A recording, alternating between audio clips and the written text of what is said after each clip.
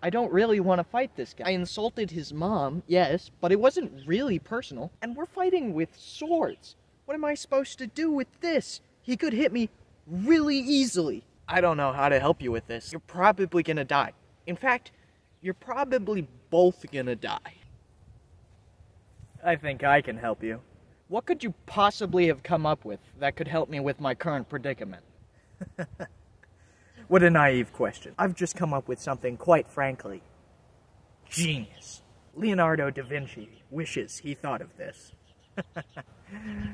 I've made a sword, but it's a lot longer. Yeah. Is he allowed to do that?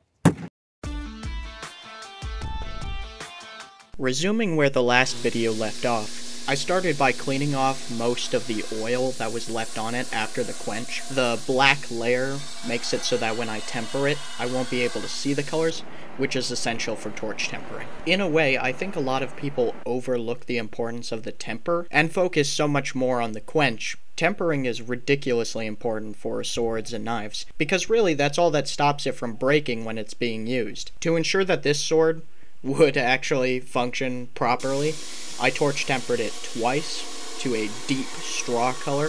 Another incredibly important detail that I had to pay a lot of attention to during the making of this sword was the distal taper, because if it's the same thickness at the end of the sword as the base of the sword, you're basically not going to end up with a functional rapier.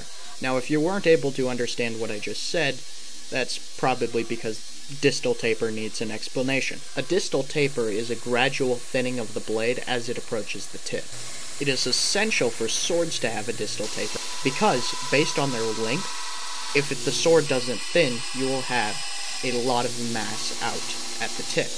And if vice versa, the whole blade is thin, then you're not going to have any support for cuts or thrusts. Anyway, back to what's happening on screen. So I've ground the bevels, and I've started working on plunge grinds. As you can see there, there's a bit of forge scale.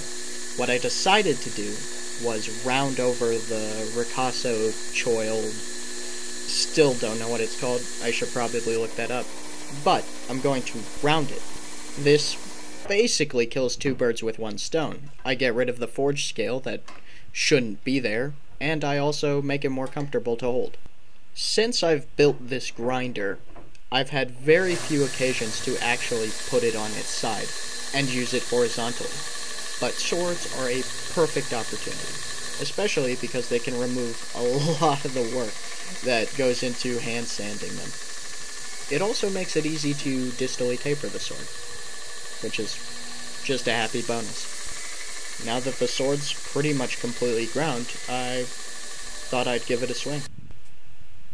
I don't think that even qualifies as a pun, but, you know, I tried my best. Sometimes, when hand sanding blades, I get kind of sword. The rapier is on the cutting edge of technology. Stop giving me swords. I can't parry all of them.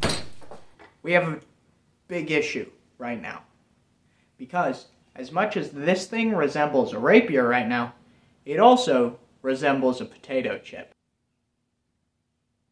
The way I'm going to fix this is I'm going to clamp it in this vise here, heat it while wielding a wet rag, and once it reaches tempering temperatures, I'm going to crank the living daylights out of it. There's no way this can go wrong, right?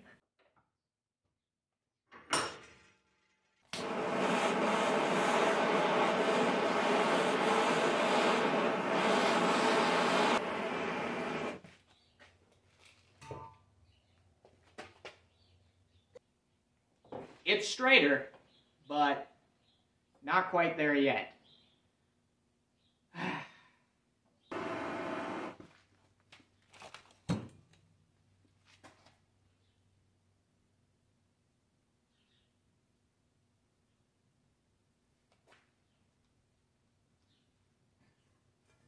Ooh! That looks really good! Yes! Okay, there's still a little bend back there. Alright. It's time. It's really long. Kind of looks like a greatsword, just like... Yeah? We're gonna see. whether I have succeeded.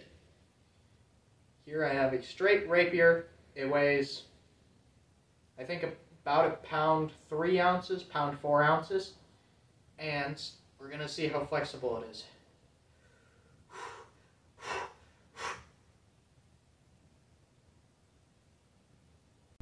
Oh, canning jar, you're the way to my heart.